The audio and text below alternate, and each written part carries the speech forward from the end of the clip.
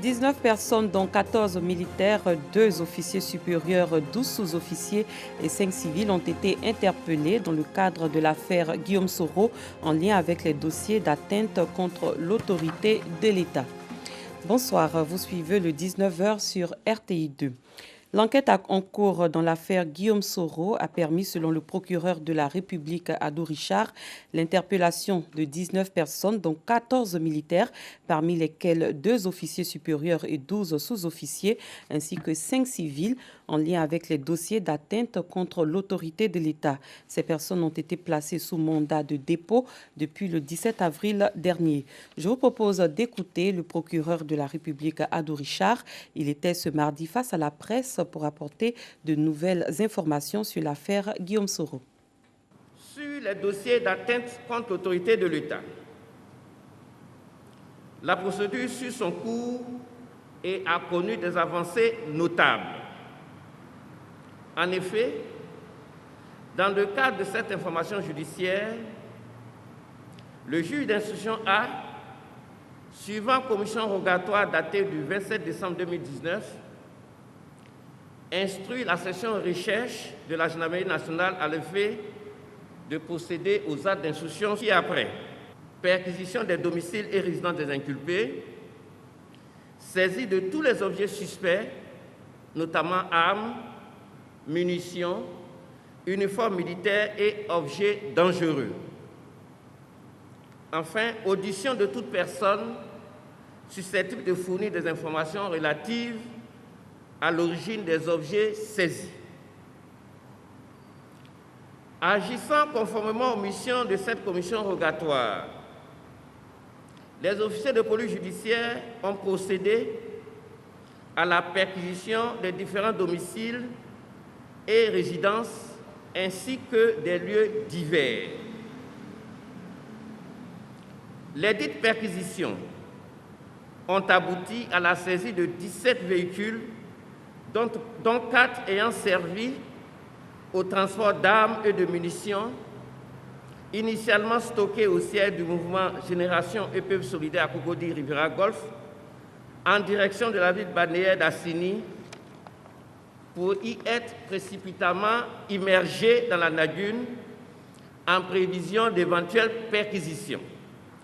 Aujourd'hui, l'enquête permet d'établir que le siège de ce mouvement politique servait à l'entreposage d'armes. Il a été également découvert à ce siège un lot de matériel militaire de communication, dont un appareil permettant de capter les mouvements des forces armées, ainsi que des documents qui ne laissent aucun doute sur les actions et les objectifs de ce mouvement politique. Les 4 véhicules ayant servi au transport d'armes et de munitions à Assini appartiennent au nommé Zébré Suleiman en fuite. Ce dernier avait déjà été cité dans le dossier de la découverte des caches d'armes de Bouaké et dans lequel il avait nié les faits. À ce stade de l'enquête,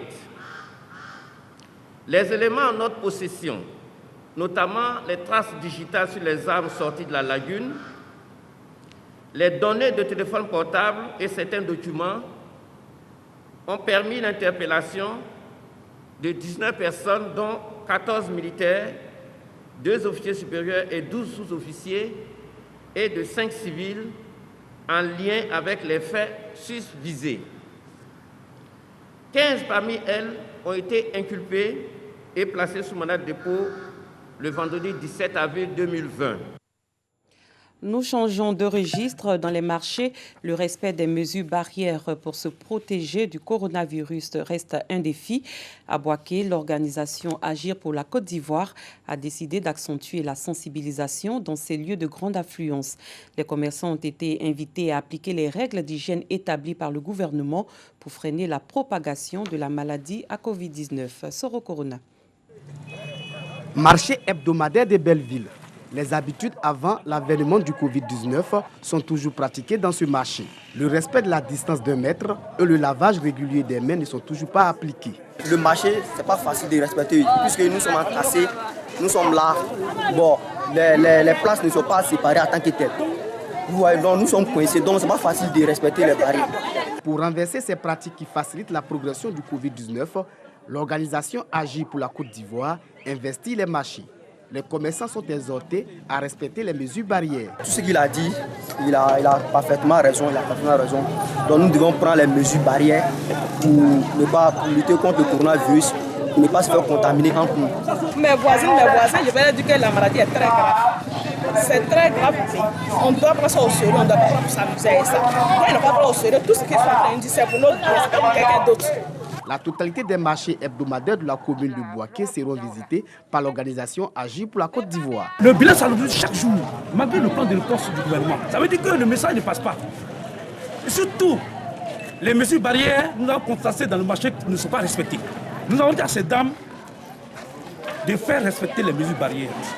Chaque fois qu'elles viennent, elles mettent un seau, les seaux autour du marché. Et puis elles se lavent les mains, les clients lavent les mains avant de rentrer dans le marché. Plusieurs kits d'hygiène ont été distribués et installés aux entrées et sorties du marché de Belleville. Des familles démunies, des quartiers de Belleville et du Coco ont reçu des vivres pour faire face à cette période difficile due à la pandémie du coronavirus. Je vous donne à présent le point de la situation de la pandémie à Covid-19.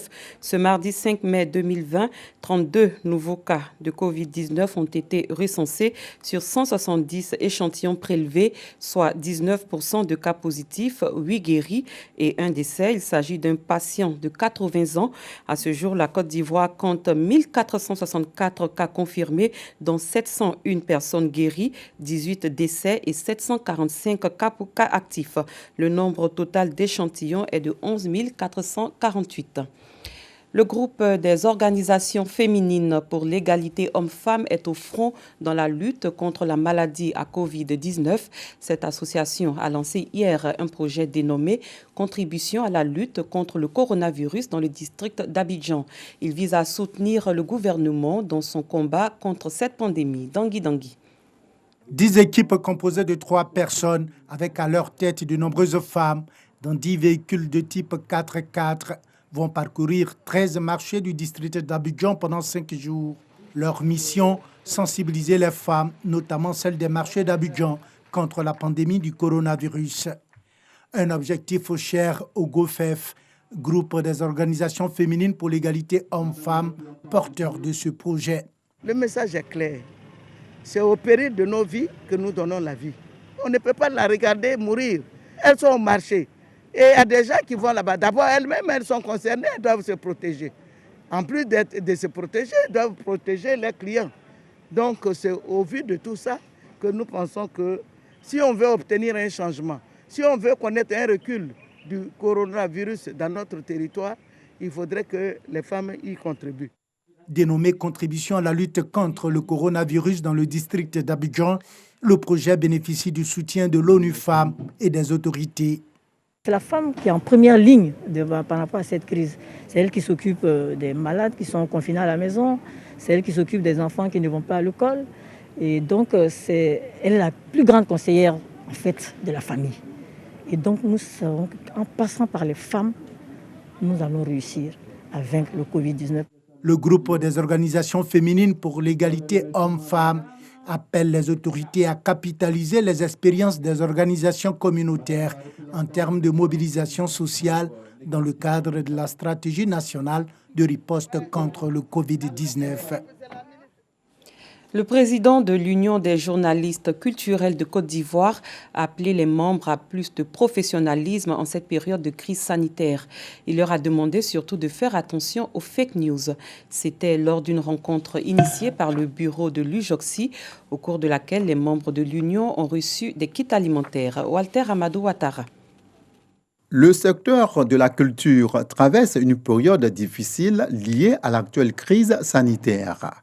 Les spectacles et autres événements culturels sont rares. Évidemment, les journalistes culturels en payent un lourd tribut. Pourtant, ceux-ci sont appelés à ne pas baisser les bras. La remobilisation vient d'être sonnée par le bureau de l'Union des journalistes culturels de Côte d'Ivoire, UJOXI. Au cours de la présente rencontre, les responsables de l'UJOCSI exhortent les membres à contribuer activement à la lutte contre la maladie à coronavirus COVID-19. Ils doivent respecter les mesures barrières afin de donner le bon exemple. Accompagner les actions du gouvernement à travers des sensibilisations dans leur environnement immédiat. Surtout, combattre les fake news, en d'autres termes, les fausses informations relatives à la pandémie. Il faut toujours être sûr de l'information, aller vers les sources officielles avant de diffuser l'information parce que les fake news tuent même plus que la maladie. Pour soutenir en ces moments difficiles et aider les journalistes membres de l'UJOCSI à atteindre les différents objectifs fixés, la vice-présidente de la structure chargée du social, Michèle Mambo, a initié à Cocody Blockhaus, au siège de cette union, une remise de kits d'hygiène et de vivres. Le bureau de l'UJOCSI a traduit sa gratitude à l'endroit de la première dame Dominique Ouattara, au ministère de la Culture et de la Francophonie, ainsi qu'à tous les donateurs qui ont permis de concrétiser cette action de solidarité. Plus loin de la Côte d'Ivoire, Raymond Ly parcourait le monde à vélo depuis 2 ans lorsque l'épidémie de nouveau coronavirus a frappé. Ce jeune Sud-Coréen se retrouve bloqué en Guinée, en Afrique de l'Ouest, où pour la première fois, il fait l'expérience du racisme. Clément Boko. Voilà 2 ans qu'il a entamé un tour du monde à vélo. Raymond Ly est maintenant coincé en Guinée par le coronavirus.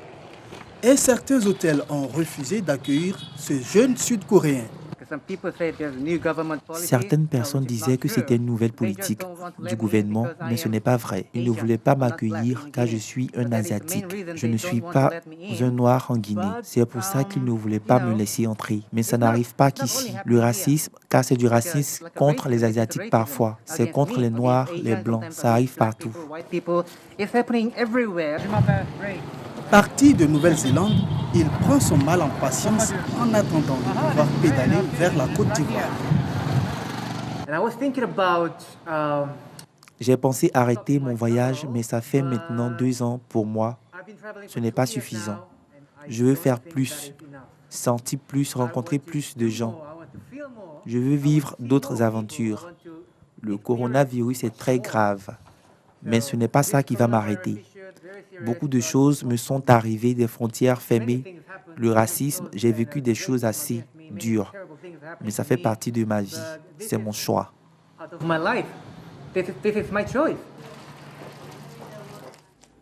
Hors du continent, le président français a organisé ce mardi une visite dans une école à Poissy, dans les Yvelines, pour tenter de répondre aux doutes des élus et des enseignants sur la réouverture des établissements scolaires la semaine prochaine.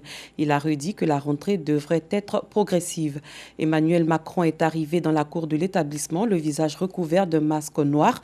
Depuis le début du confinement, le groupe scolaire Ronsard reçoit entre 25 et 30 écoliers par jour, enfants du personnel hospitalier, pénitentiaire et du SAMU. À partir du 12 mai, l'école va accueillir en maternelle 34 enfants et en élémentaire une 50aine. Depuis plus de 15 ans, le 5 mai est dédié à l'un des plus beaux métiers du monde. Il s'agit de la Journée mondiale de la sage-femme. Cette profession comporte de multiples facettes et est encore trop méconnue du grand public. Cette journée est l'occasion de découvrir ce métier de donneuse de vie, rendre hommage aux femmes et aux hommes qui le pratiquent et montrer leur importance au sein de la société. Ici, en Côte d'Ivoire, ces braves femmes sont encouragées par le ministre de la Santé et de l'Hygiène publique, Éric Gory. Faire la promotion de la sage-femme et encourager la réduction de la mortalité infantile est le but de la Journée internationale des sages-femmes. Une journée qui a lieu le 5 mai de chaque année. Le ministre de la Santé et de l'Hygiène publique, Akaolé, saisit l'occasion pour encourager ces femmes dont le métier est de donner la vie à travers leur technicité. Je voudrais rappeler que les sages-femmes jouent un rôle central dans la promotion de la santé, la prévention des maladies et la prestation des soins primaires et communautaires. Elles sont même en première ligne lors des situations sanitaires d'urgence. La Journée internationale des sages-femmes, instituée par l'ICM, la Confédération internationale des sages-femmes, rappelle à tous l'importance du rôle de celles-ci dans l'amélioration de la santé maternelle, néonatale et infantile dans le monde entier et dans la réalisation de la couverture maladie universelle. À cet effet, l'ICM déclare qu'une sage-femme bien formée est en mesure de dispenser 87% des interventions essentielles du couple mère-enfant. En raison de la situation particulière que vit notre pays, les sages-femmes ne seront pas célébrées cette année. L'événement prévu dans la région d'Aboisseau ne pourra se tenir. Cependant, chaque personne doit avoir une pensée pour ces dames dévouées et déterminées dans l'accomplissement de leurs tâches. Fin de cette édition, merci de votre fidélité. Le respect des mesures barrières contre la maladie à Covid-19 est primordial. Appliquons ces règles pour éviter la pandémie. Très bonne soirée, à demain, même heure.